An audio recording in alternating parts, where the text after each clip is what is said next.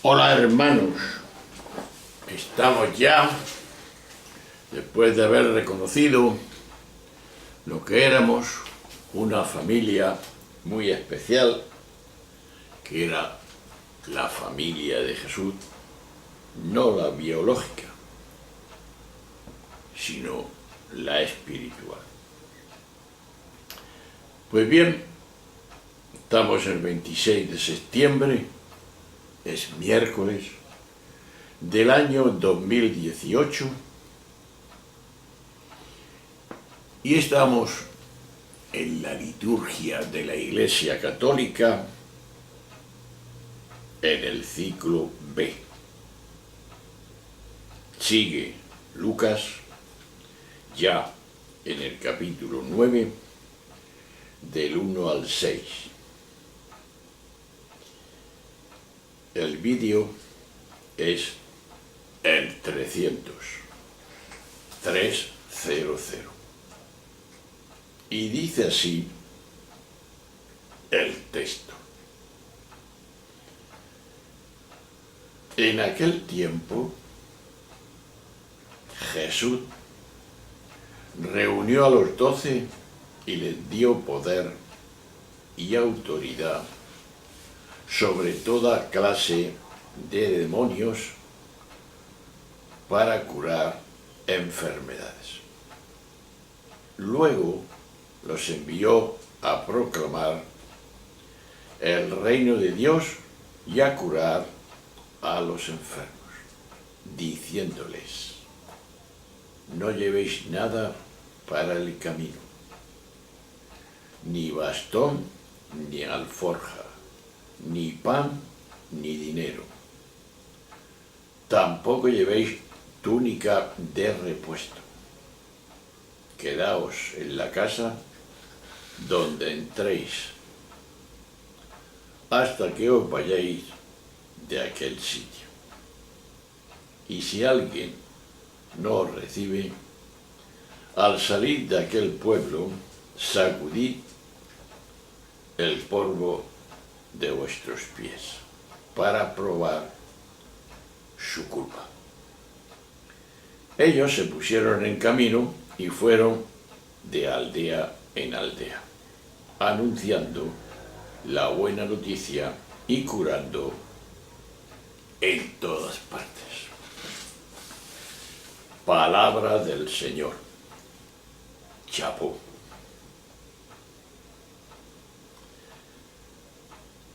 Como suele ser habitual, en este tipo de relatos parece que narran lo que fue la práctica de las comunidades posteriores más que algo ocurrido en la etapa de Jesús histórico. Aunque, sin duda, los discípulos imitaron el modo itinerante del Maestro. Luego fue su propia experiencia misional la que habría de concretar el modo de vivir. El gesto que dice el Evangelio de sacudir el polvo de los pies expresaba la distancia que tomaban con respecto a quien rechazaba el mensaje, considerándolos culpables. Si bien reproducía la costumbre judía de sacudirse los pies siempre que volvían a su tierra. ¿Con cuánta frecuencia la culpa se hace presente entre los humanos? Esto es un hecho. ¿Y con cuánta frecuencia se recurre a ella como mecanismo de control? o como expresión de la propia superioridad moral sobre los otros. Otro hecho. Para Freud, el sentimiento de culpa nace prácticamente con el ser humano. Su origen habría que hallarlo en la ambivalencia afectiva que vive el bebé en la relación con la madre, a la que ama cuando se acerca y odia cuando se aleja. Ambivalencia que más tarde se repetirá con la figura paterna en el proceso edípico. En cualquier caso, se trata de un sentimiento muy fácil de inocular en el psiquismo infantil, con efectos devastadores en el futuro. Esta es la psicología moderna. La culpabilización del otro constituye también un mecanismo a través del cual se busca controlarlo o someterlo a las propias intereses. De hecho, cuando se logra que alguien se sienta culpable, resulta sencillo manejarlo a voluntad. Ello explica que el poder haya encontrado ahí una herramienta poderosa para conseguir sus propósitos. Lógico. En el campo religioso, la culpa ha ocupado un lugar destacado, tanto por el referente. Nada podía ser más grave que sentirse culpable ante Dios, como por la amenaza del castigo eterno que comportaba. De un modo grosero o sutil, el poder religioso ha recurrido a la culpa para someter las conciencias a sus propósitos. Esto es una realidad y a la vez una blasfemia. Porque es verdad. Aunque actuara de buena fe, porque no se piensa lo contrario, objetivamente se trataba de una manipulación abusiva que provocaba alienación y generaba un sentimiento de angustia difícilmente soportable. De aquí, la culpa llegaba a envenenar todo el mensaje, consiguiendo que lo que nació como buena noticia, el Evangelio, como sabiduría de Dios, se transformara en doctrina amargamente amenazadora. Terrible, ¿no? Pues así estamos, la cual tenemos que liberarnos. La pregunta es evidente, es sobre la culpa. Pues es así. Me culpabilizo y o tiendo a culpabilizar a los otros, Primero me culpabilizo. Uy, qué malo soy. Uy, qué... Pero es que también pienso en que los otros son iguales. Pues bien, vamos a intentar, dicho lo que hemos dicho, o lo que he dicho, poner en tierra, en la vida, esta situación. Según este Evangelio, sin duda alguna, lo que más preocupaba a Jesús era el sufrimiento humano, como siempre. Por eso, lo primero que destaca en este relato es que Jesús toma verdaderamente en serio el sufrimiento de los atormentados por los malos espíritus y el dolor de los enfermos.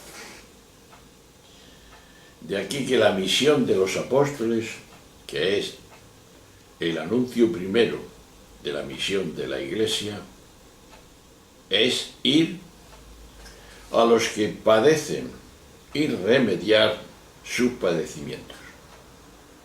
Por eso, y solo para eso, es para lo que Jesús dio a su Iglesia potestad, dinamis y autoridad, exousia. No es primordialmente un poder doctrinal, como algunos piensan, ni autoridad sagrada, ni menos aún un poder político. No, nada de eso.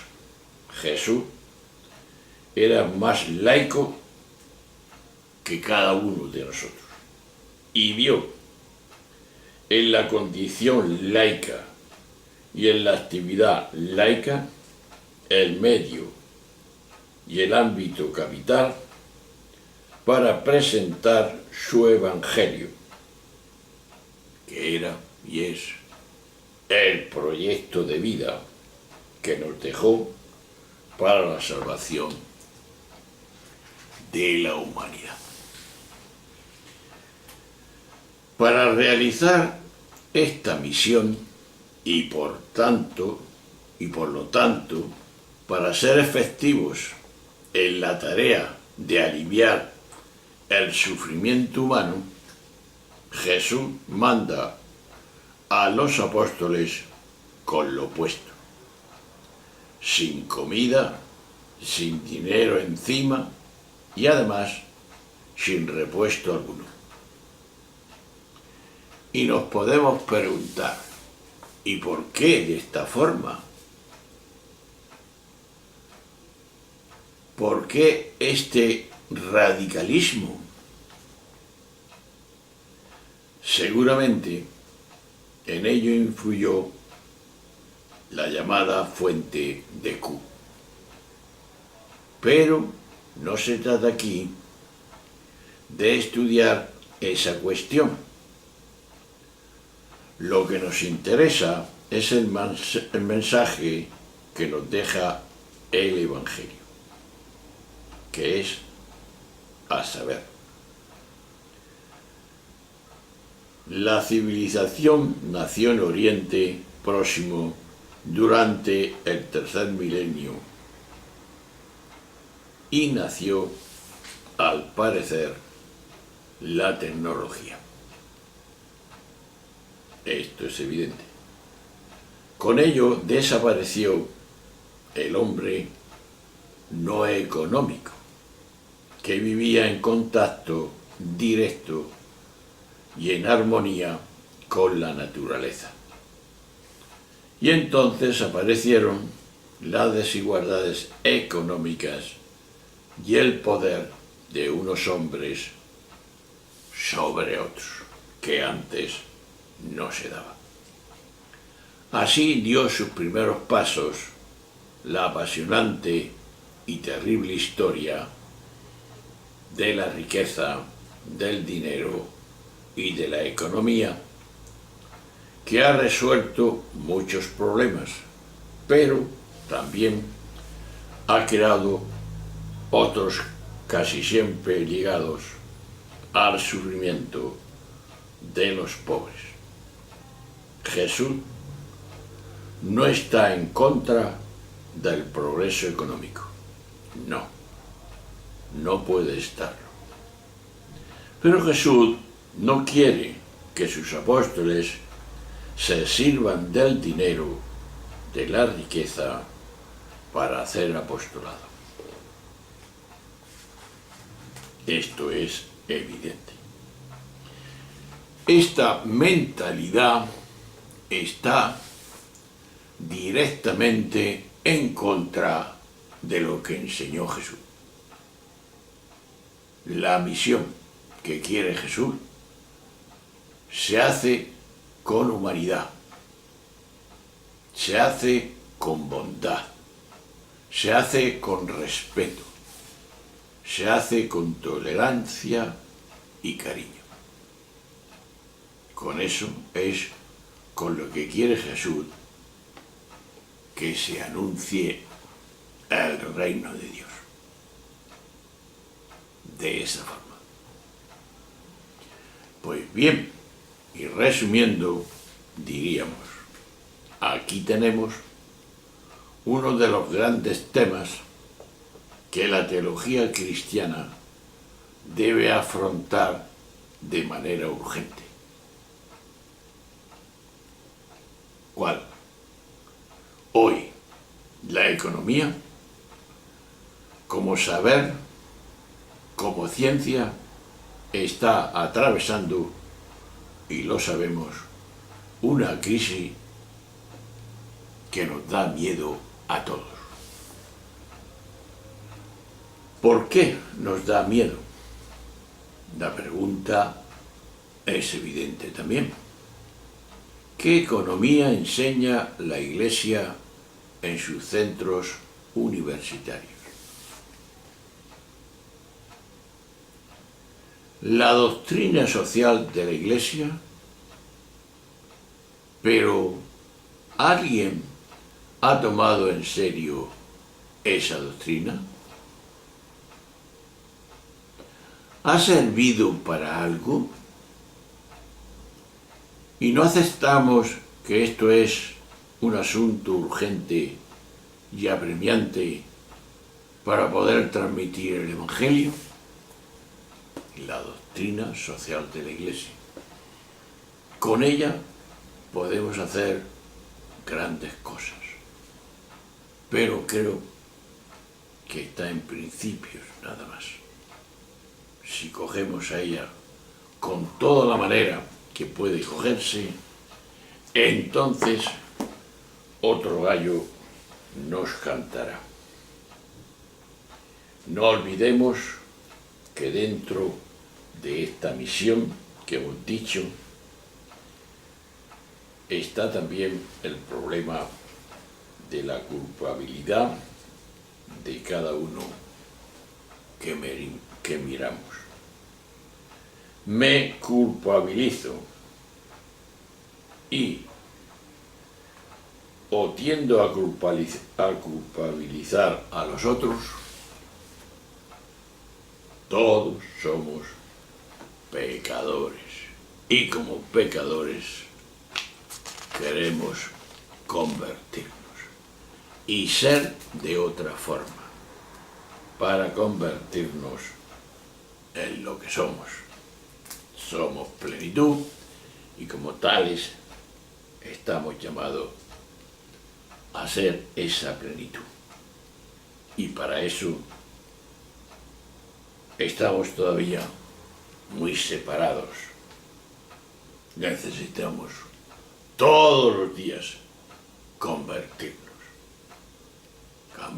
cambiar la mente y el corazón. Un abrazo. Hasta luego. Adiós.